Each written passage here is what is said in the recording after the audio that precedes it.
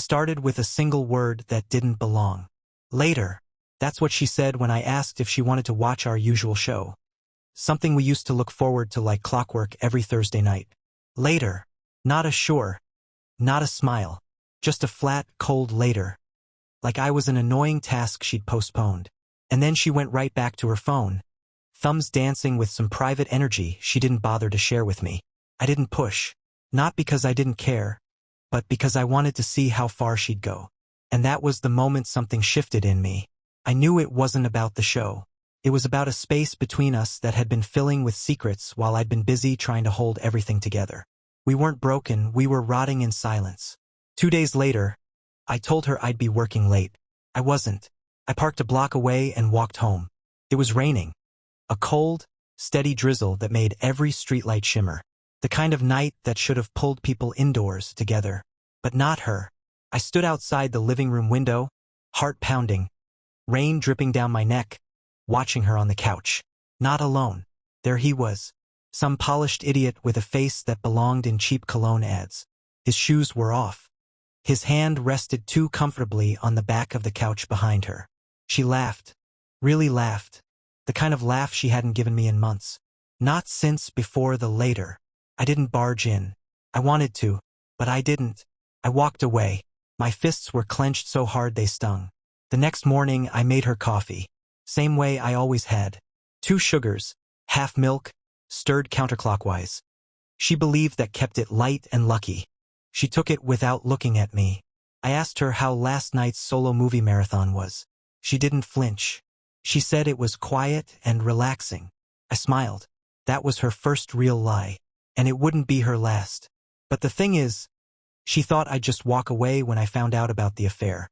Instead, I faced her lover and made sure he'd never forget me. Turns out I'm no pushover. I'm alpha. I didn't sleep that night. Not a minute. I lay in bed beside her, the space between our bodies colder than the air outside. She slept like nothing had happened, like her secret didn't have a pulse, a face, a name. But I had a name now. I'd heard it slip out of her mouth. Derek. She whispered it in her sleep. Quiet but not quiet enough. That single word hit me harder than any punch I'd ever taken. Not because of who he was, some stranger, a walking cliché with fake charm and gym muscles, but because she said it with softness. The kind of softness she hadn't used with me in months. I memorized the name, rolled it around in my head, tasting the betrayal it carried. The next morning, I left before she woke up. I had a plan. Derek wasn't hard to find. These guys never are, the ones who think they're clever, who hide behind company tags and smug LinkedIn profiles. PR assistant. Freshly promoted. Likes kayaking, whiskey, and making memories. Real original. He posted a story on social media that same morning. A shot of his overpriced flat white from a cafe downtown. Place I knew. A place we'd been to, her and I, years ago when everything was still real. I went there. I didn't speak to him at first. I sat 2 tables behind, just watching, studying him, his movements, his arrogance, the way he adjusted his shirt collar twice, like he was prepping for a photo. Then, he pulled out his phone and smiled at the screen. Not like he was reading a joke, but like he was reading something from someone he shouldn't be talking to. I knew whose name was at the top of that message thread. I stood up, walked over, and when he looked up at me, there was zero recognition. He had no idea who I was. That made it easier. I pulled out a chair, sat down right across from him, and leaned in. I'm Madison's husband. There it was, the flicker. A millisecond of panic behind the eyes before he masked it with fake calm. Oh, he said, trying to play it cool. Listen, I didn't know. Don't insult me, I interrupted. You knew. He tried to talk again. I didn't let him. I know everything. I know about the hotel 2 Fridays ago. I know about the time she told me she was at her sister's and you picked her up in that stupid blue Audi. I know about the messages, the lunches, the lies. So let's make this easy. He sat back, jaw tight, like he was trying to decide whether to fight or run. You thought this was just a fling, a bored woman, a little fun. But you stepped into someone else's life. My life. And I need you to understand something. I'm not the kind of man you mess with and forget. He didn't say anything. I didn't need him to. I'm not here to fight you. I'm here to mark a line. You crossed it. Now stay the hell away from my wife. Because next time I won't be this calm. I stood, left him there, pale, frozen, coffee untouched. The power in that moment didn't come from my anger. It came from his silence. But when I got home that evening, she was already waiting. And her first words weren't, "How was your day?" They were, "Did you talk to him?" Her phone was on the counter, locked, face down. She wasn't even pretending anymore. She looked at me like I was the problem, like I had invaded her world. That was the moment I realized the affair wasn't just a mistake. It was a choice. She stood there like she was the one owed an explanation. "Did you talk to him?" she repeated, her arms crossed, eyes sharp and unblinking. I didn't answer right away. I watched her, really watched her. The way her jaw was set, how her fingers twitched slightly as she waited. That wasn't guilt. That wasn't remorse. That was fear. Not of hurting me, but of losing control of whatever twisted little game she'd been playing. "I did," I said. I looked him in the eye, told him exactly who I am, who you are. Something shifted in her face, something cold and calculated. She turned away, walked into the kitchen, and casually poured herself a glass of wine, like we were about to discuss weekend plans. No apology, no denial, just silence and Pinot Noir. "So what now?" she asked, sipping like she hadn't just detonated our entire life. "What now?" I echoed, my voice low, steady, too calm for the storm in my chest. "That depends on you." She laughed, actually laughed. It wasn't nervous. It wasn't guilty. It was mocking. "You think confronting him makes you a hero? What, you want a trophy? A standing ovation? You should have been this assertive 6 months ago instead of playing house while I was drowning in boredom." That broke something in me. "I gave you everything," I said, not shouting, not pleading, just speaking facts. "I supported you when you quit your job, when your mother was sick, when you cried over that stupid lost dog you didn't even like. I gave you space, time, patience. I gave you respect." She rolled her eyes. "And you think that earns you loyalty? Newsflash. Life doesn't work like that." For a moment, I couldn't move. My legs were rooted to the floor, my chest burning with a quiet kind of fury I'd never known. Not just because she betrayed me, but because she truly believed I was too weak to do anything about it. "You thought I'd just walk away," I said, stepping toward her. "When I found out about the affair." Her smirk faltered. I leaned in closer, letting every word hang between us like smoke. "Instead, I faced your lover, and made sure he'd never forget me." I walked past her, out of the kitchen, down the hallway, because I needed space to think, to breathe, to not throw something. She followed. "You can't intimidate your way out of this," she snapped. "You think because you had some tough guy moment, I'm suddenly going to beg for forgiveness?" "No," I said. "I don't want your forgiveness. I want the truth. All of it." She paused. Then she smiled. Not a warm smile, a cruel one. "You sure about that?" she whispered. "Because the truth is, I didn't just fall into his arms. I ran. Ran from you. From your routines, your dull little life, your obsessive loyalty. I needed something different. Something alive. And he gave it to me. I didn't react. I didn't move. Because right there I saw it for what it really was. Not love. Not passion. Not even regret. It was ego. Poisonous, hollow ego." "You're right," I said finally. "You needed something alive." I stepped closer again, voice lower now. "And what you found was someone dumber than you. Someone who won't stand beside you when the lights go out. Someone who won't clean up your messes or fight your battles. He'll watch you fall apart and leave the moment you stop being fun." She blinked, but didn't respond. "Me?" I said, voice calm as still water. "I'm not like him. I don't quit. But I also don't stay where I'm disrespected." And then I left the room. Not to walk away, but to prepare. Because now it was war. She didn't follow me this time. Not a word. Not a footstep. Good. Let her sit in the silence for once. I went into the garage, the one space in the house that still felt like mine. It smelled like engine oil and old leather. The walls lined with tools I hadn't used in months. I needed to think, but not like people think when they're hurt. I needed strategy, logic, plan. Because now it wasn't just about betrayal. It was about reclaiming control. I sat on the old stool by my workbench, staring at the same dented toolbox I'd had since college. I thought about everything I'd built in my life, not just careers or property, but trust, order, structure. She hadn't just cheated on me. She had shattered the code I lived by, and she did it with a smile on her face. She thought I was the kind of man who'd whimper, beg, chase. She didn't know me at all. I opened my laptop and started pulling threads. Emails, bank statements, calendar events. People leave digital trails, especially arrogant people. Within an hour, I had everything I needed. She'd used our joint account to book hotels, used my car to drive to him, even left a receipt for dinner in her purse, signed with her real name. No care, no effort to hide. I wasn't going to scream or cry. I was going to respond like the man she forgot I was. By the time I walked back into the house, she was sitting on the couch, legs crossed, a glass of wine still in hand, eyes glued to the TV. Some reality show was on, the kind with fake relationships and scripted drama. Irony wasn't lost on me. "You ready to talk like adults?" I asked. She muted the TV but didn't look up. "Talk about what? You already made your speech." "I want your phone," I said. She scoffed. "No. Then this conversation's over." I turned to leave.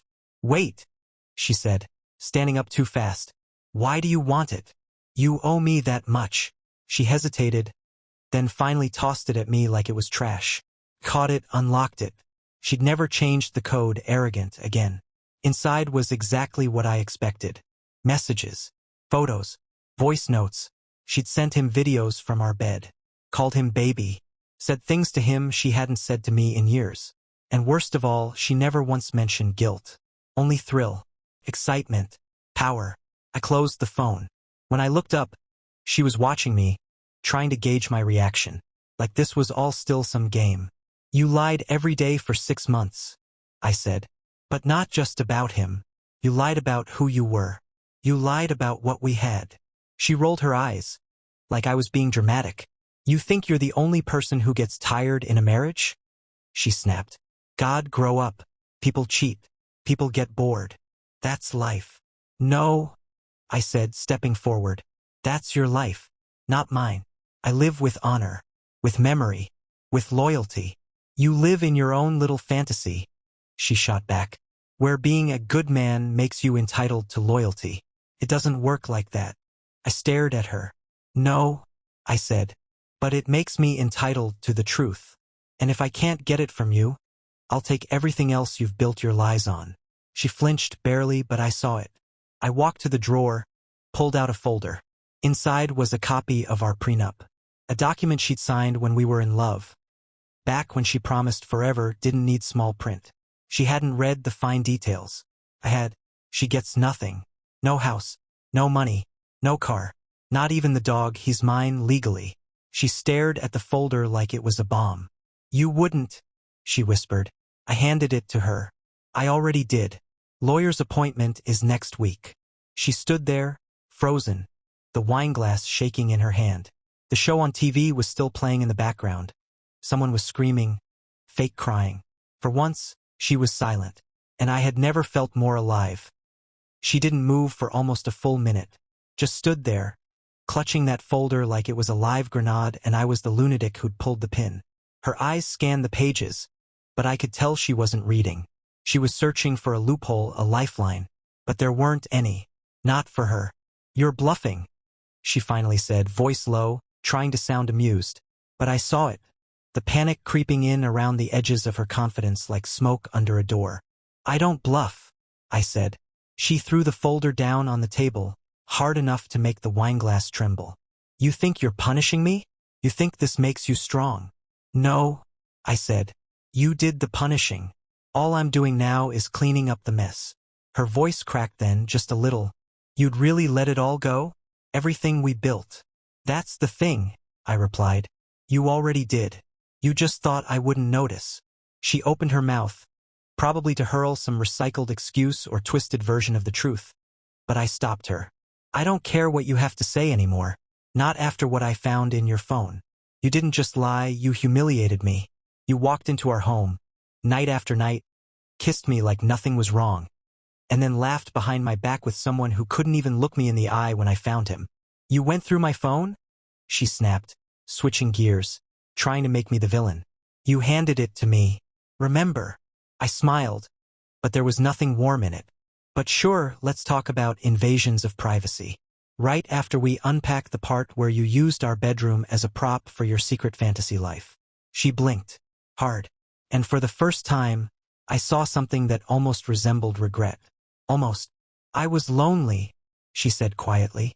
You stopped seeing me. You started treating me like background noise. You stopped being honest with me. I fired back. You decided I wasn't enough, but you stayed anyway. You ate meals I cooked, spent money I earned, slept in a bed I made.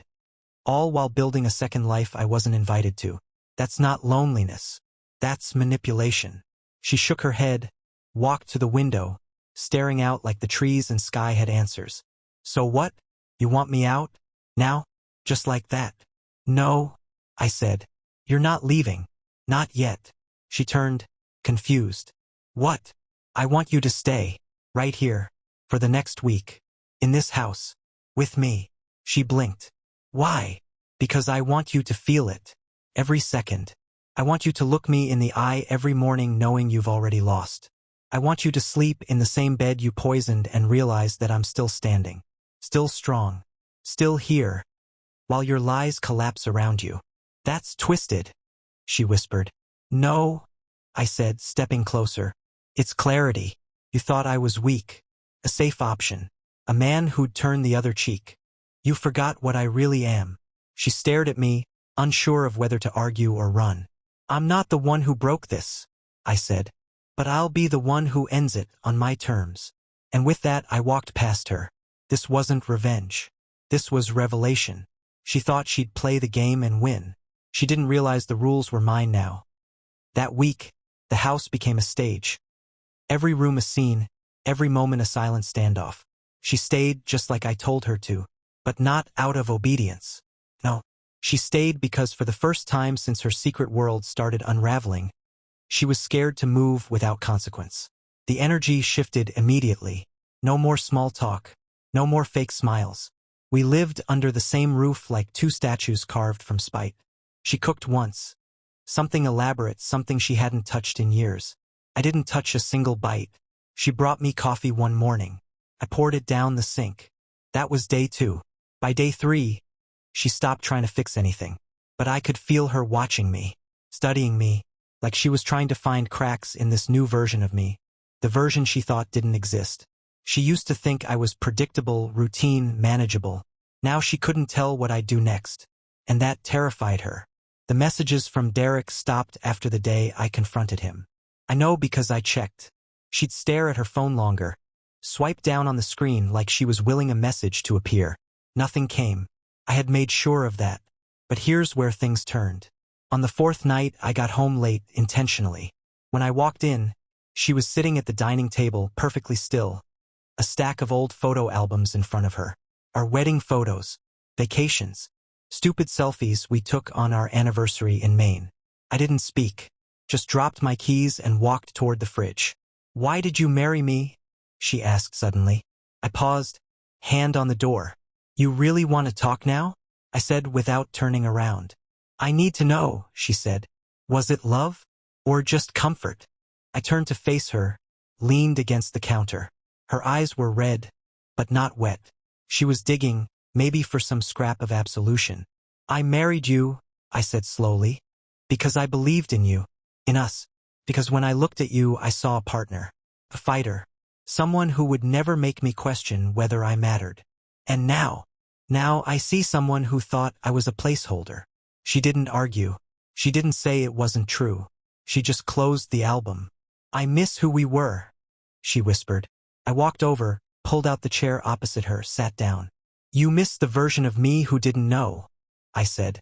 The man who stayed quiet, who didn't demand answers, who smiled when you lied and kissed you goodnight anyway. She flinched at that. The truth hurts when it's served cold. You don't miss me, I continued. You miss what I gave you. Stability, loyalty, safety. I leaned in. But you never gave those back. She looked away. People make mistakes. No, I said, firmer now.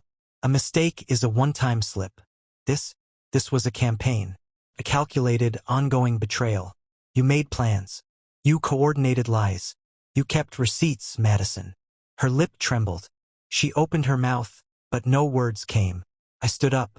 You want to know what I feel now? I said. Pity. Because one day you'll realize what you threw away. And it'll be too late to undo any of it. I walked away from the table, but not before I saw the look on her face. It wasn't sadness. It was realization. The man she thought she could shatter was still standing. And she'd never get him back. By day 5, she stopped pretending. No more olive branches. No more half-hearted dinners or teary eyes over photo albums. Whatever was left of her mask had cracked wide open, and beneath it wasn't some wounded soul looking for redemption. It was a woman bitter she'd lost control. She started moving through the house like a stranger, slamming doors, leaving messes, letting the silence stretch so long it felt like a weapon. But I didn't flinch. I didn't engage. I kept everything surgical, clean responses, calm tone, no emotion. She wanted a reaction. I gave her the one she feared most, indifference. But on the 6th night, she tried something different. She waited until I got out of the shower, still toweling off, when she walked into the bedroom uninvited. Her posture was too casual, her eyes too focused. I've been thinking, she said, folding her arms. Maybe we should try counseling. Fix this before it's too late. I didn't say anything right away. I watched her. She was testing me, not offering hope. That was her last move. One more manipulation. Why now? I asked flatly. She hesitated just a second too long. Because I don't want this to end in a courtroom, she said. We've got history, life. This doesn't have to go nuclear. Now it made sense. She'd read the prenup. She'd done the math. And now she was crawling toward the exit with a white flag she didn't believe in. I threw the towel over the chair and stared at her. Not as a man hurt by his wife, but as someone who finally saw her without the makeup of lies. You're not afraid of losing me, I said. You're afraid of losing comfort, control, the image. She didn't deny it. You're used to me cleaning up after you, silently fixing the things you break. But I'm not doing that anymore. What do you want then? She snapped. You want me to crawl? To beg? Fine. I'll say I'm sorry. I'll admit I was wrong. Happy now. Happy, I repeated. You think this is about happiness? I stepped closer, each word sharper than the last. You thought I'd just walk away when I found out, that I'd break, cry, leave you standing in the wreckage without ever looking back. You thought you were strong enough to handle that. Her face paled. But here's the truth. I faced your lover, and I made sure he knew exactly what he walked into. He's not calling. He's not coming. He's out. She blinked. I could see the crack widening behind her eyes. You thought I was a doormat, I whispered. Turns out, I'm alpha. She turned away then, shaking her head, trying to laugh it off like I was playing some macho game. But her hands were shaking. And for the first time, I saw the one thing she never wanted me to see. Regret. Not because she missed me, but because she lost. You're not who I thought you were, she said quietly. Exactly, I replied. You never knew me. You only knew the version that loved you. You never imagined what I'd become when you stopped deserving that love. I left the room. The next morning, she didn't come down for breakfast. She didn't speak a word. The house was quiet, but this time not like before. This silence didn't feel dead. It felt like the sound of power shifting hands. Day 6 was the calm before the storm. She didn't slam a single door. She didn't raise her voice, roll her eyes, or leave passive-aggressive messes in the kitchen. She even made coffee again, my usual. Left it on the counter like a peace offering from a war criminal. But I didn't touch it. I wasn't drinking what she was serving. Not now, not ever again. She floated through the morning like a shadow of herself. She showered, dressed up. Not for me, not even for work. For appearance. Her armor. I watched her from the hallway, carefully tying her hair up in front of the mirror, her face blank, hollow. She wasn't preparing for the day. She was preparing for defeat. By the afternoon, she broke the silence again. She came into my office with a printed sheet in her hand and laid it down in front of me like it was nothing. It was a proposed separation agreement. Her version. "I'm not going to fight you," she said. "I'll leave. I'll go quietly. Just don't make this ugly." I looked at the paper. Saw how she tried to bargain back the car, the second bank account, even the damn espresso machine I bought last year. She left out the prenup clause, hoping I'd play fair. She still thought this was a negotiation. I didn't even look up. "This isn't how it ends," I said. "You don't get to set the terms. You gave that up when you walked into a hotel room behind my back." Her voice changed then. Lower. More defensive. "I've said I'm sorry. What more do you want? Blood?" "No," I said. "I want honesty. Real, brutal honesty. Not the watered-down version you tell yourself to sleep at night." She swallowed. Her hands clenched. "You want honesty?" she said, voice shaking now. "Fine. I never thought you'd be enough. Not really. You were safe. Predictable. The kind of man women marry because he won't leave, not because he excites them." There it was. Truth, raw and ugly. I stood slowly, walking around the desk, stopping just inches from her. She didn't back away. Maybe she still thought she could stand her ground. "You used me," I said quietly. "Not for money. Not even for status. But for security. And the second it got hard, the second your ego needed feeding, you bailed." She stared at me, blinking fast. "But here's the part you didn't see coming. You thought being alpha meant being dominant. Loud. Controlling. You missed the real meaning." "What's that?" she asked, arms folded. "Alpha means I rebuild. I lead. I rise after being cut to the bone. And I walk out with more than I came in with." She shook her head, a bitter smile on her face. "You think you've won something?" "No," I said. "I didn't win. I survived. And now you get to watch me live the life you never appreciated. Without you." I took her agreement, folded it in half and dropped it into the trash. "The legal version's already in motion. My lawyer has everything. Yours can fight for scraps if you want. But we both know how this ends." She stepped back like I'd slapped her. But I hadn't laid a finger. She started to say something, stopped, turned, and walked out. Not with pride. Not with power. Just gone. I sat back down. And for the first time in months, I breathed without tension in my chest. She was gone the next morning. No note. No dramatic exit. Just her side of the closet emptied. Her charger missing. And one of her scarves left tangled on the floor like an afterthought. I didn't chase. I didn't call. I let the silence be the answer she never gave me when it mattered. But leaving wasn't surrender. It was strategy. I knew her too well to believe she'd just disappear. The type of pride she had doesn't allow clean exits. It festers. It waits. And just when you think it's done, it sends one last shot. That shot came 2 days later in the form of an email. Subject line: "Let's be civil." Inside was a carefully worded letter filled with passive-aggressive jabs disguised as diplomacy. She blamed the tension between us, said she hoped we could find a mutual understanding, and proposed splitting assets more reasonably than our prenup allowed. She used phrases like emotional damage and compromised mental state like she'd Googled divorce manipulation tactics the night before. And at the end, a request to keep the dog. That was the line. I didn't reply. I forwarded it to my lawyer and left it at that. But deep down, I knew what was really happening. She wasn't trying to salvage anything. She was trying to rewrite the ending, rewrite herself into the victim. But I had something stronger than her words. Facts. Proof. The truth she tried to bury under fake apologies and backhanded regrets. A few more days passed, and then came the next twist. I got a call from Derek. Blocked number. I answered out of curiosity. His voice was strained, dry, like he hadn't slept in a week. "She showed up at my place," he said, screaming, saying I ruined her life. I didn't speak, just listened. "She's unraveling, man," he added. "I didn't know she was married when we met. I swear." "Stop." I cut in. "You knew. You just didn't care." Silence. "She lied to both of us," he said, quieter now. "But I've got nothing to do with her anymore. I thought you should know." I hung up. It wasn't closure. It was confirmation. She thought she'd leave a mess and land somewhere soft.